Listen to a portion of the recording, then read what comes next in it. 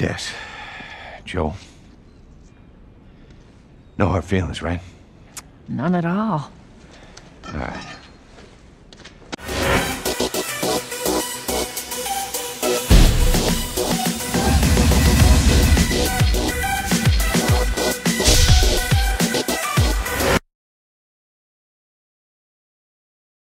This is Fluffy with Man Jackson. You're watching WGS-TV. Yeah!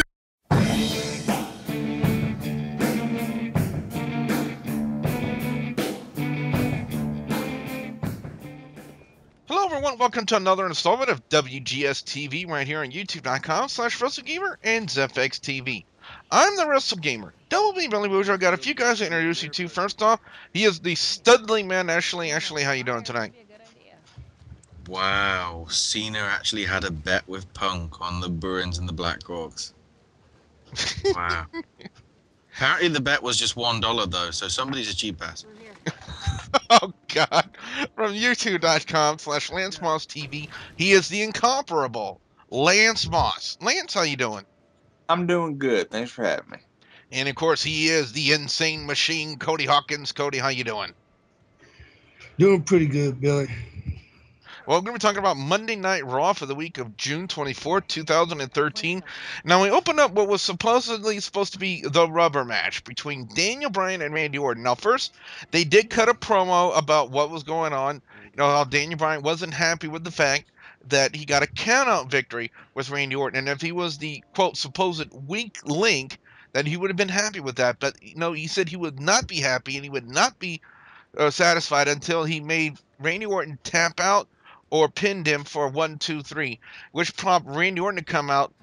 He just grabbed the microphone from Daniel Bryan. He said, you know what, it's time to shut up and fight. And man, did they ever just brawl over the place for like 2 or 3 minutes. And it basically just got their rubber match thrown out, which kind of led me to believe, you know, if they're really going to classify this as their rubber match at the opening of Monday Night Raw, that they were going to set up for something better. And lo and behold, when we get to it in the Raw review, it does get a lot better.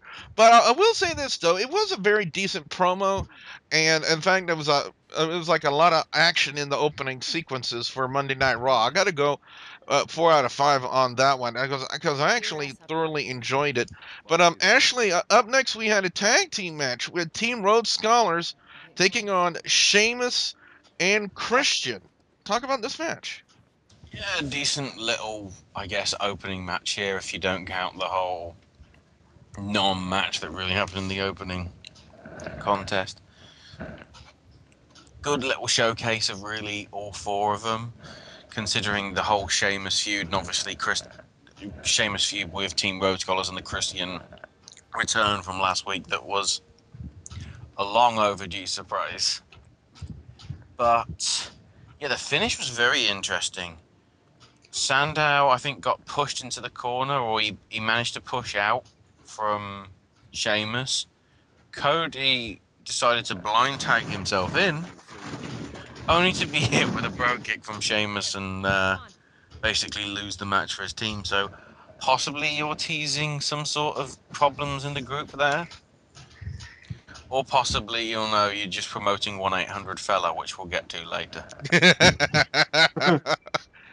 Not only that, but they're also promoting the Dublin Street Fight they're going to be having on Friday Night SmackDown between Sheamus and Damian Sandow. And you know what? After Monday Night Raw's performance, WWE's starting to step it up just a bit, in my opinion.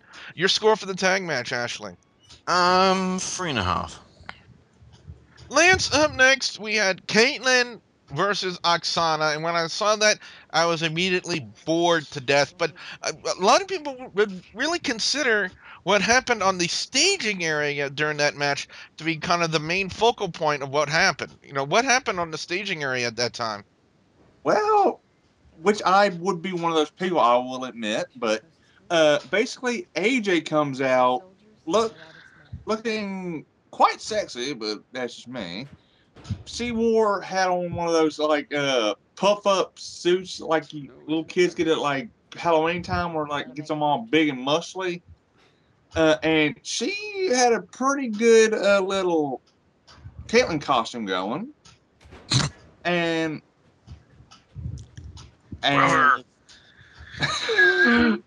Thank you, Ash. And basically, they reenact the whole Kaitlyn getting dumped on her backside by Big E, and basically AJ just rips on Kaitlyn. Your score for the match? And Oh, I'm sorry. For the segment, I give it a 4 out of 5 because I was laughing my butt off. I was too. Match 2 out of 5. Segment brings it up to a 4. Yeah. Yeah. The match would have gotten a 0 out of 5 if they would have put Aksana over on Kaitlyn. I mean, good lord, you know, if Aksana would have went over on Kaitlyn, that would have mean Kaitlyn would be really far down in the company, you know, because Aksana's shit. No, I don't care what anybody else says, even what Rick Star says. I don't think Aksana's hot. I think Aksana's stupid. She's mediocre looking and doesn't even have a freaking gimmick in the WWE. I mean, she has got no. She talks with a weird accent. She's just another pretty face individual. Yeah. Well, in my personal opinion, she's another mediocre face. I'm not even going to call her pretty. No, she's got a pretty face. Yeah. Yeah. Nice face. Shame about the wrestling skills. Yeah, no gimmick and no wrestling skills. Her gimmick is I used to be with Cesaro. That's about it. My gimmick is I used to be married to Goldust. Well, Terry Runnels. Onward with the Raw review. As we go to the Insane Machine Cody Hawkinz next. Cody, we had a great match lined up here now with Chris Jericho and Alberto Del Rio. And if their SmackDown encounter was any indication of what this match was going to be, we were in store for a really good match, were we not? Yes, we were. This was a good back and forth match. You know, I mean, there was good transfer, a lot of heat transfer. Got the crowd up and going. The crowd stayed up from beginning to end. You know, except for one, maybe 2 small rest spots in there. You know, of course, whenever it comes to, you know, had the headlock or some kind of submission, the momentum of the crowd was trying to get him up. You know, real good match overall. You know, and it all ended up with Jericho coming out of the cross armbar from Del Rio, reversing it into the walls of Jericho. Jericho had it cinched in, he had it locked in, it was match.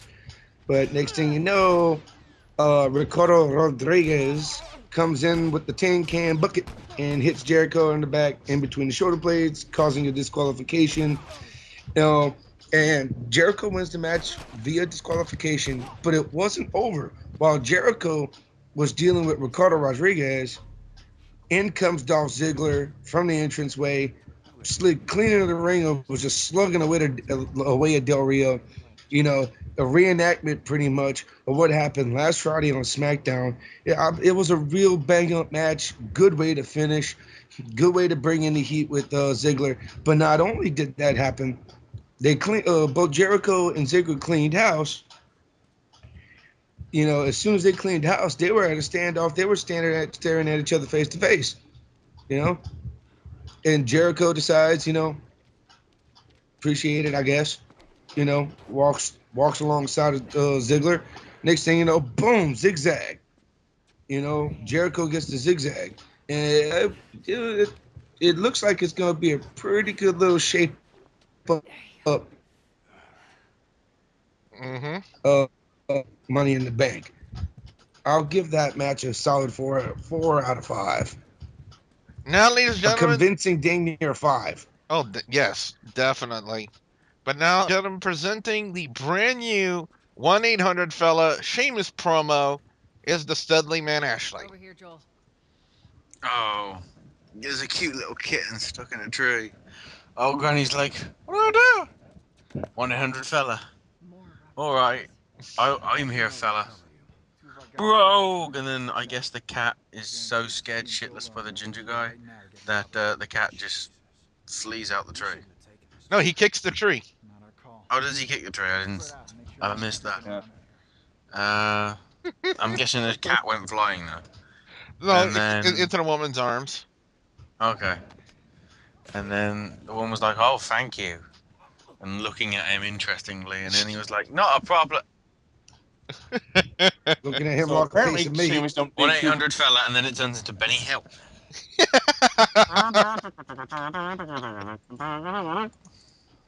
because Sheamus don't dig cougars. I think that's less of a cougar and more like, you know, Saber-tooth It's- tiger. Oh God. saber-toothed tiger that's on life support, and they're about to give it the injection. Anyway, as we offend Jack Hanna, well, let's look at the next segment on Monday Night Raw, which featured the WWE 2K14 video game cover reveal. Now, there's a lot of speculation as to who was going to be on the cover, but they actually also We announced, already knew. yeah, The Rock. We knew that at WrestleMania, people. I like saying that. People. Now, I will say this though, it was a somewhat decent photo of The Rock in like an action sequence with his microphone. You know, it makes for, you know, a must-have if you're a Rock fan for some utter unknown reason why you would still like The Rock after he just, well, my opinions of The Rock have already been known. Let's just say that. My opinion's already been known about the guy. I don't like him. But anyway, they also announced a contest where you can actually design the inside of the flip cover of WWE 2K. Yeah, the alternative cover. Yeah, so also they also took that point up to announce that the Daniel Bryan versus Randy Orton match, which was already reinstated earlier tonight, courtesy of Vicky Guerrero, and thanks to the nudging of Triple H, will now have one of three stipulations to be chosen by the fans. It would either be a lumberjack match, a street fight, or a falls count anywhere match. And what we've seen so far, I saw two distinct possibilities coming from that. You know, either being a lumberjack match because they were fighting all over the place and they really couldn't contain the action, or possibly maybe a falls count anywhere match. Let them go anywhere. But anyway, which match got picked? Well, we'll talk about it when we get to that point in the review. Well, before we jump to that, it's worth bringing up the fact that at around the same time as the WWE cover reveal, they did put up the debut trailer. Unsurprisingly, Rock's in it, but we also had gameplay of Cena, of Ziggler, of Ryback, I guess showcasing the current talent, if you count Rock as talent that's current, especially considering he has wrestled in the last 3 months. But then you had some interesting Legends ones, which clearly is the whole tagline because it's become a legend, become immortal. Stone Cold was there. Shawn Michaels was there. And also, which was a beautiful thing to see, Macho Man Randy Savage is finally going to be in a WWE simulation game. You know, I'm not talking All-Stars, I'm actually talking, you know, the big one that they normally have at the close of every year. So that I'm pleased to see. It's also worth noting as well, there looks to be an animation where you can give two people the shell shock, because it does feature in the trailer. Whether that's in the game, we'll have to wait and see down the line. I'm guessing you'll find out more info like when they normally do it at the SummerSlam Access event. So the teaser trailer is very tempting. It's going to be very interesting to see 2K's, well, let's just say 2K's take into the wrestling genre, into the wrestling video game world. You know, how they translate the whole WWE series, which was handled by THQ for years. And now they're taking over for the very first time with this very first game. So it's going to be very interesting to see how this shapes out. Be sure you guys also stay tuned for not only more wrestling discussion, but video game discussions will be coming soon here to WGS-TV. So be sure you guys stay tuned for that as well. Up next, Lance, the almighty Ryback, to me, in my personal opinion, kind of fallen far. I mean, at the pay-per-view, you were in the spotlight, the WWE Championship match, 3 Stages of Hell of John Cena. But and now, Of course, he fell far. He fell for an ambulance. and now you fell into a match with the great Khali. Needless to say, Yep. And not very impressive match. if instead of Great Khali, it's more like the Great. It's Khali. Anyway, basically, it's your run-of-the-mill Ryback match. I mean, he hits him with the clothesline, gives him the friggin' shell shock, and gets the 1, 2, 3. That's about it. 2 out of 5, because it's the same old, same old. Well, hey, hold on now. Except for, you did put a big old considering his size, considering the whole match against Khali, he did take some pretty nasty chops. Yeah. Oh, okay. Had to bump it up to a 3. Plus, it's impressive to see somebody like Khali lifted up for something like shell shock. Yeah. Yeah. Well, up next, Cody Hawkinz responding to what I firmly believe last week was one of Mark Henry's best overall promos ever. John Cena came out to address what Mark Henry said and did as a result of his actions last week. What was said in this promo? Well, Cena said pretty much, you know, there's been a lot of great farewells in the WWE, you know, like Edge's retirement, Shawn Michaels, the Nature Boy Ric Flair. Well, he strongly put it this way. He said something like, you know, Mark Henry, never in my years, okay, have I seen someone disgrace that kind of a speech and disgrace those guys who left the WWE, some of the most monumental moments in WWE history. He disgraced them all. You know, he said, you know, Mark Henry stooped down to the lowest level. You know, he said like something like there's been a lot of people who have stooped to some pretty low levels to chase after the WWE championship.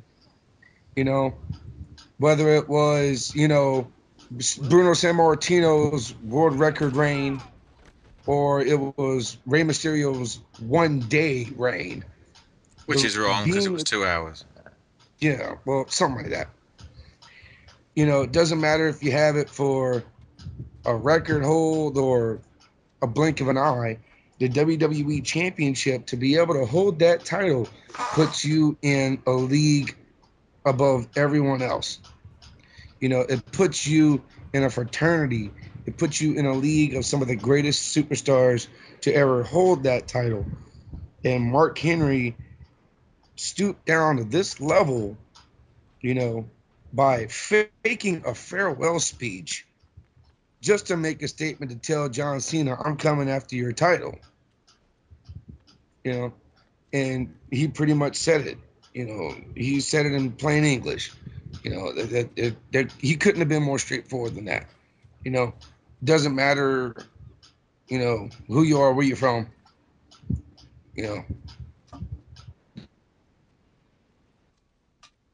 It was a very good promo. I would have to say so myself. I noticed a lot of the Cena haters are kind of dwindling down. I've noticed as of late in the WWE. How would you score the segment with John Cena, Cody? Well, if he was actually didn't just get dropped. Oh Lord. Well, we do apologize to Cody Hawkinz on that one. We're gonna try to get him back here. But let's go ahead and get to the triple threat tag team match with the winners become the new #1 contenders. Now we start out with tons of funk, and now yes, there was a big charity function for the relief of Hurricane Sandy, and apparently one of the options were you get to come out on a Monday Night Raw and dance with tons of funk and the Funkadactyls. All I can say to that guy is, you know, with all due respect, yeah, your money went to charity. But you should have also put some money into some dancing lessons. I mean, it was kind of weird seeing that, honestly. But like I said, you know, the money goes to good charity. As as I talked to the Studley man, Ashley, we need to bring Cody back in. We're also getting a couple of more people in here. First off, he is the Bay Area MVP, known as Will. Will, what's up? Oh man, what a Raw! Yeah, we're just getting to the point where we are talking about the gentleman that came out with tons of funk, and I was saying, Okay. his money, it may have went to a good cause. It did go to a good cause, but I still say that he should have set some aside for dancing lessons. Wouldn't you agree, Will? Where was Fandango in all of this? He was stuck injured, I believe, wasn't he? That's all I'm saying. Well, Will, in this number one contenders triple threat match, the Usos, Tons of Funk, and 3MB in the form of Drew McIntyre and Jinder Mahal, which team came out on top? Because during Skype, I said it, I would have been fine if it was the Usos or Tons of Funk. I would not stand it if 3MB won it. So, which team came out on top? Who are the new number one contenders? It was the Wyatt family. Okay, Ashley. This would be the men with the weird yellow and blue face paint who have been getting this adjacent push as of late.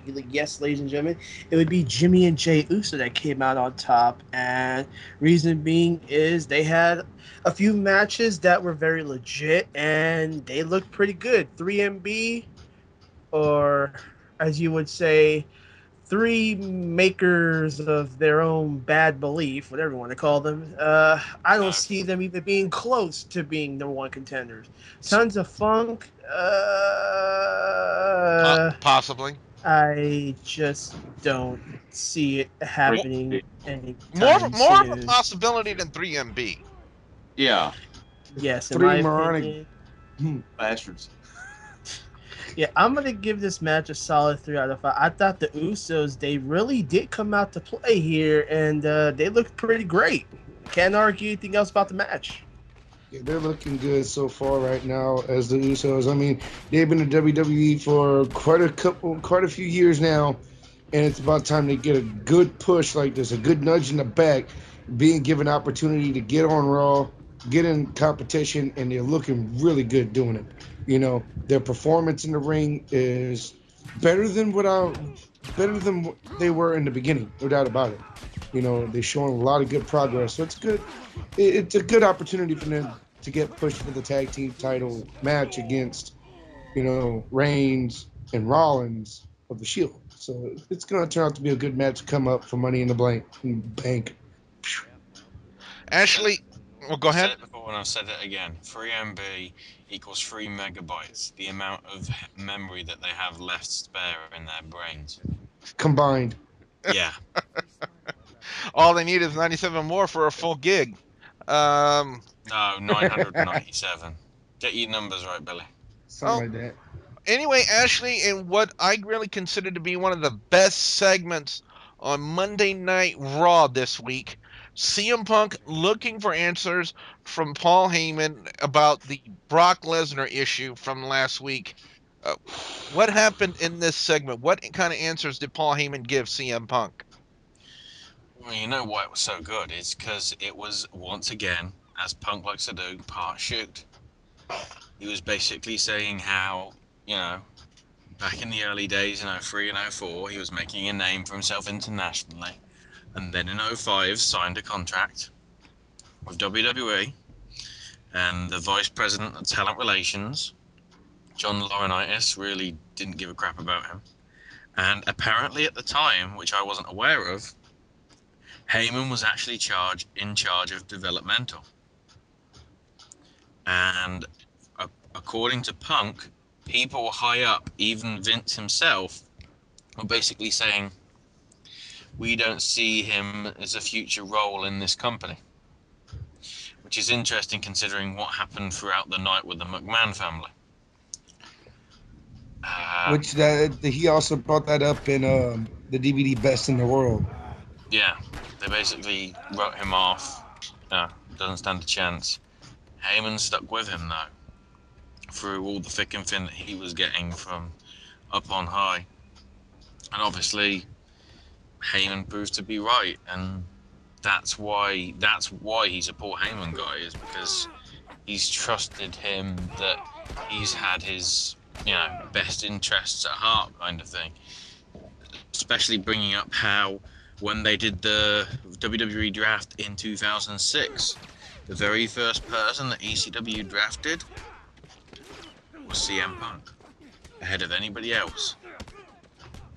And then we move on to basically how he wasn't really happy with what happened with Heyman and wants to know whether Heyman is telling the truth or not for the first time ever, and whether he was anything to do with it or not. And even he was basically saying to him, look, if just be honest, if it was you, just tell me. I'm willing to take it like some sort of tough love thing. I'm willing to accept that. And Heyman says, on my children's life, it wasn't me. It was basically your comments, because you know what Brock's like. He's a bit of a fiery, kind of tempered kind of guy. And most people were saying, oh, why don't I put you and Lesnar as a tag team? You dominate a division. Well, basically, it's because you guys don't get along. You've got volatile personalities with each other. It's not a good combination with you two. But if you do want to take on Lesnar, I will stand in your corner no matter what, as I've done ever since you came in 05. If Lesnar's got a problem with that, that's something for him and me to discuss, but not you. And he's like, so, I know all the fans out there want you to, drop me as your manager, but, I'm here for you. I love you both as, a friend and a work, buddy kind of thing. Asks him to think about it. Punk considers quite a while, looking a bit kind of, I really don't know what I should do. And then it was just, I'm sorry I doubted you, and hugged him. But then as he hugged him, he had an expressionless face. No smile, no frown. Just expressionless. Is that telling us something? I don't know. Is that because he doesn't believe what he said? Probably, considering what happened straight after this, because we then have Darren Young come out and everybody goes, oh God. And we have the Punk versus Darren Young match, which Punk wins with a pretty sweet Anaconda Vice. And then, of course, Titus O'Neil comes in and it's a double team on Punk. Then Curtis Axel all of a sudden runs out and makes the save, and Punk's like, I can fight my own battles here. I don't need somebody, backing me up. I can do it myself. Heyman's just pleased that basically both his clients are in good shape. And that's where that segment ends. Overall, for everything, even with the match, it did have a context, so I have to give it a 4.5 out of 5. Segment alone would be 5, but the match did drag it down because, it was Darren Young. Well, Lance, up next, Stephanie McMahon announced the Money in the Bank participants on Monday Night Raw. Who is in the Money in the Bank? CM Punk, Daniel Bryan, Sheamus, the Viper Randy Orton, Christian, Kane, and the returning Rob Van Dam. Be sure you guys look for a future video coming forth here on WGS-TV about our reactions to these names being in the Money in the Bank ladder match this year. Cody, up next, Mark Henry comes out to respond to his actions, and most surprisingly, well, not really, pretty much expectingly, with him being the heel, that he wasn't going to be apologetic for his actions from last week. Was he? I mean, of course not. Of course not. with the everything that's going on with Mark Henry's line, with the whole thing of, you know, his 17 years he has spent in the WWE. You know, of course he's not gonna leave the WWE that easily without, you know, without the WWE title as one of his accolades. You know, he's been multiple time champion. You know, he's been world heavyweight champion. He's been one half tag team champion. He's been a European champion. You know, he's won many a title, ECW title. You know, so the only one just that to he didn't clarify get, for people, that's the WWE CW Championship. yeah. So the only accolade he didn't have in his repertoire or in his entire career was a WWE title. And the Divas You know, title. of course. Although we did date Sheamus, there you go. And apparently he was banging Mae Young. But anyway, according to storyline. Okay, Tell you well, one thing anyway, you Let's meanwhile, get that back the to the match. hand. Tell you one thing you didn't win: gold medal. Oh. Oh.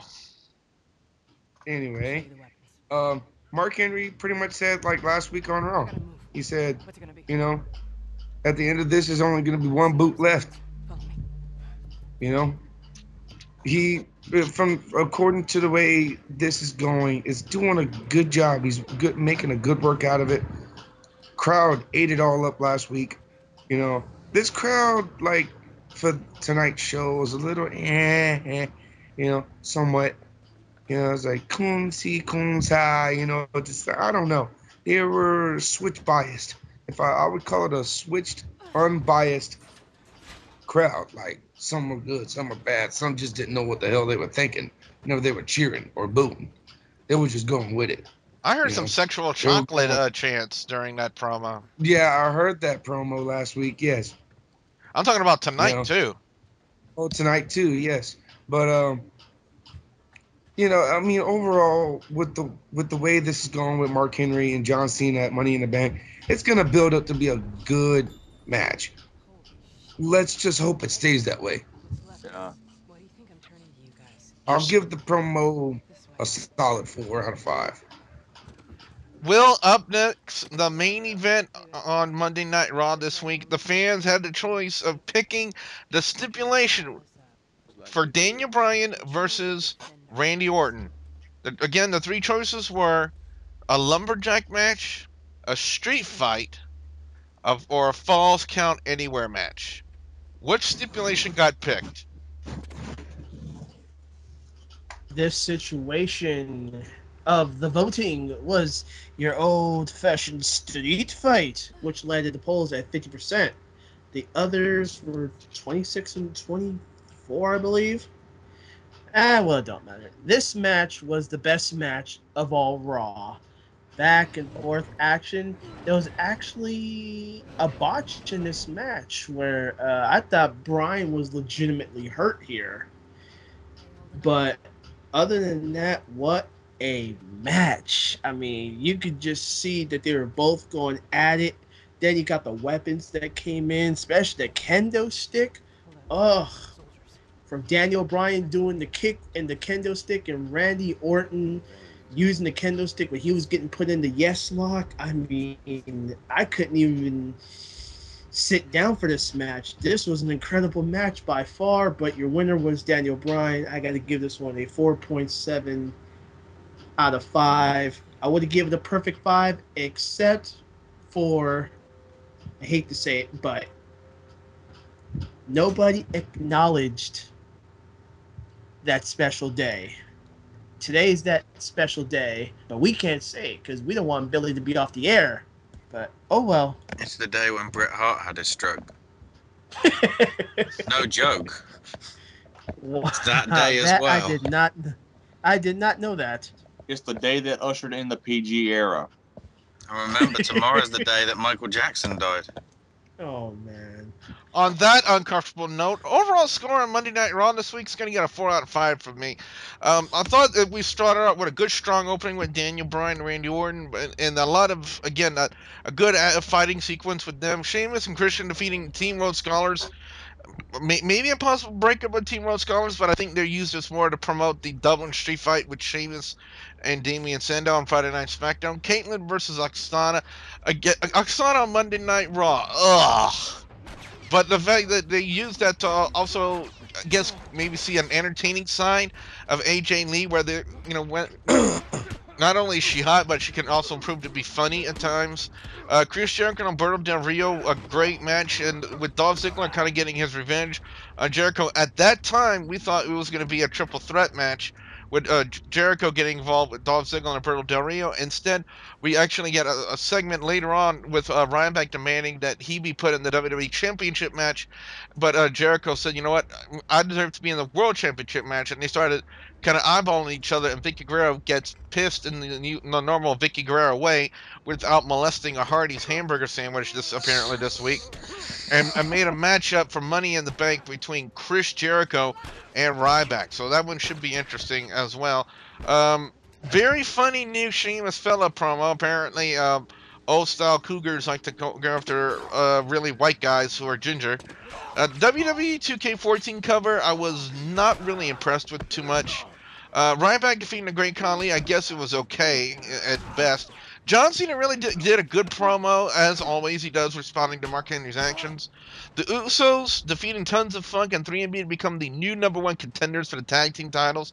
I say finally the Usos are getting the push that they need. CM Punk addressing Paul Heyman, one of the best segments, because you got two of the best talkers, best workers on the mic right now in Paul Heyman and CM Punk working one promo together. That was awesome. But then, of course, they had CM Punk and Darren Young, which involved in the Primetime Players, doing a 2-on-1 beatdown on CM Punk, and Curtis Axel coming in to make the save. Then Stephanie McMahon announcing the Raw Money in the Bank, with it being CM Punk, Daniel Bryan, Sheamus, Randy Orton, Christian, Kane, and Rob Van Dam. Mark Henry, it was a pretty decent promo, other than the fact that apparently Jerry King Lawler suffered a little bit of amnesia and called him Paul Henry. And the street fight between Daniel Bryan and Randy Orton, that was an incredible way to finish off Monday Night Raw this week. I got to go 4 out of 5 on this one. Let's go to the Studley Man Ashley and get his overall score and thoughts on Monday Night Raw this week. I give it 4 out of 5. And my reasons? I don't have to give you reasons. Because that's what I do. Well, if that's what he do, let's go to the incomparable Lance Moss and get his overall score and thoughts on Monday Night Raw this week. Well, overall, it was a good show. Basically, yeah, like you said, Billy, I gotta give it a 4 out of 5. I wish they would have acknowledged the passing of Jackie Fargo a little bit more than just what they did in the passing and in commentary during a match, but that's neither here nor there. But yeah, all in all, good show. Let's go to the Insane Machine, Cody Hawkinz, and get his overall score and thoughts on Monday Night Raw this week. If not for the brain farts that happened tonight in Monday Night Raw, this would have had a dang near perfect score. And what I mean by brain farts is the Divas match won. Darren Young, honestly, he just, to me, he froze up a little too much in his match against CM Punk. I mean, honestly, Punk had to carry him about 75% through that match. It's just, there was a few clusters out there in that show off and on. If it wouldn't have been for that, it would have got a perfect score out of me. But I will agree with Billy and Lance and say 4 out of 5. Do you think when Dusty Rhodes blows off, they call them dream farts? Oh, God. And finally, on that disgusting note, we're going to go to the Bay Area MVP, Will, and get his overall score and thoughts on Monday Night Raw. I would have to give this one basically a 4. I'll repeat, best match was Daniel Bryan, Randy Orton. Worst match would have to probably have to be Kaitlyn. I'm not gonna say Kaitlyn. Yeah, I don't want to say those names right now, but We have no choice, and Why don't you this say the opening match that never happened? yeah, but it wouldn't be a show because it went to a no contest, so it was kind of meh. The Usos, it's about damn time that they pushed a legit young tag team. About damn time. I mean, I'm getting tired of these other tag teams that are not getting their recognition, and it's about time. Uh, Now the worst segment is these Sheamus commercials. I'm sorry, is Sheamus getting over with the fans? These commercials, I don't understand this not one second. They're hilarious. They're not entertaining. How can you say they're horrible? One bro kick could save a life. Well, what is this? The National Wildlife Foundation? I mean, Truly. Well, yeah. do you want to see that or bloody Zeb Coulter and We the People? 1-800. I really don't care. I don't really care for Yosemite Sam Prototype 2 over there. Well, But yeah, that's At pretty least he much says it in it. 5 different languages now. well, There you go. as we insult all the Looney Tune fans out there, well, we want to Actually, know. hang on. No, there was one match which was the worst of the night. Cena versus Curtis Axel, because neither of them bloody wrestled. On that note, ladies and gentlemen, what we want to know now from you guys out there, the viewers and subscribers, your thoughts on Monday Night Raw this week. Be sure you put your comments in the comment section below. Don't forget to like and favorite this video. Lance, what can fans expect to see when they go to visit your channel over on youtube.com/LanceMossTV? Wrestling reviews, album reviews, which I am currently in the middle of a 15 or actually 16 video album reviews in 15 days, and NASCAR reviews and whatever else pops into my head. We have an Instagib game show guru in the form of Will, the Bay Area MVP. Will, what you got coming up? Uh, this week is nothing but relaxation in the summer. Uh, this this Thursday, I will be starting my game show tournament where the winner will get a copy of Streets of Rage 5 for PC. So I already got 6 contestants in. I'm trying to get up to 10 people. But other than that, that's pretty much it. Happy summer to everybody. Don't get burned. Relaxation in the summer. You're saying that, and when I'm here, it's going to absolutely piss it down with rain every day. Bastard. Gulf Coast Wrestling presents the Rock in the House weekend. The Insane Machine, Cody Hawkinz, what can fans expect to see out of you at the Rock in the House weekend? All right, guys, this is going to be a major triple shot weekend. This coming up Friday, Saturday, Sunday, June 28th, 29th, and 30th. Day one starts June 28th at the Station Bar and Grill in Broussard, Louisiana, 256 Burgess Road in Broussard. This is going to be an amazing show. Not to mention, we've got special guests throughout the entire weekend. I mean, you can look it up on my page. You can type in youtube.com/Cody Hawkinz 88. You can see the commercial there in all of its glory. Take a look at all the locations, get your ticket information, and everything else. But like I said, our special guest here this weekend, Mid-South, WCW, WWE, NWA, Tag Team Champions Worldwide, the Rock and Roll Express, is going to be at every single one of these shows on the 28th, 29th, and 30th, as well as the current TCW Heavyweight Champion, Lance Hoyt. This is going to be one big turnout of a weekend. We're looking forward to seeing everybody there. This is going to be an amazing experience for me because, honestly, I've seen and heard about these guys running seminars, Robert Gibson and all these guys with the Rock and Roll Express. You know, I missed the last seminar, which I kind of kicking myself because I missed it. But this time I get to sit backstage with these guys, learn a little bit, get a little bit of wisdom from them, just watch them do what they do best. You know, and whatever match general manager of GCW decides to throw me in, put me in it. I don't care. I'm ready. Fans, also don't forget to please subscribe to youtube.com/WrestlingGamer and youtube.com/ZFXTV Network. So for the Studley Man, actually, the incomparable Lance Moss from YouTube.com/LanceMossTV, our Instagib game show guru, the Bay Area MVP, known as well, and the Insane Machine, Cody Hawkinz. I'm the Wrestle Gamer, Double B Molly Boudreaux, saying thank you very much for watching. We also like to remind everyone that Gulf Coast Wrestling presents the Rockin' House Weekend with our very special guests, Ricky Morton and Robert Gibson of the Rock and Roll Express. Friday, June 28th at the Station Bar and Grill in Broussard, Louisiana. Saturday, June 29th at the Casey Hall in Plaquemine, Louisiana. And Sunday, June 30th at the American Legion Hall in Abbeville, Louisiana. For more information, please call 337-251-0546 or visit gcw-gulfcoastwrestling.com. I wonder if we can put Katie Vick on the cover of WWE 2K14. Oh!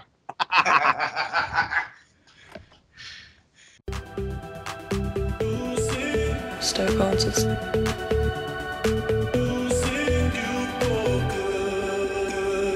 Stoke Artist.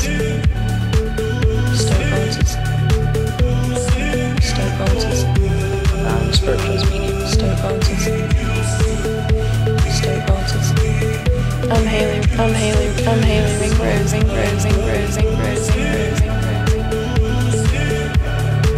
Stoke Artist. My name's Andrew Weatherall.